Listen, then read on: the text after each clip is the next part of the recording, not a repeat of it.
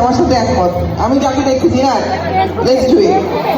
আমি তো বলে ফেলেছি চায়নাপা সোহেল, মানে যাদেরকে আমি চিনি আমি নাম ধরে বলতে পারবো।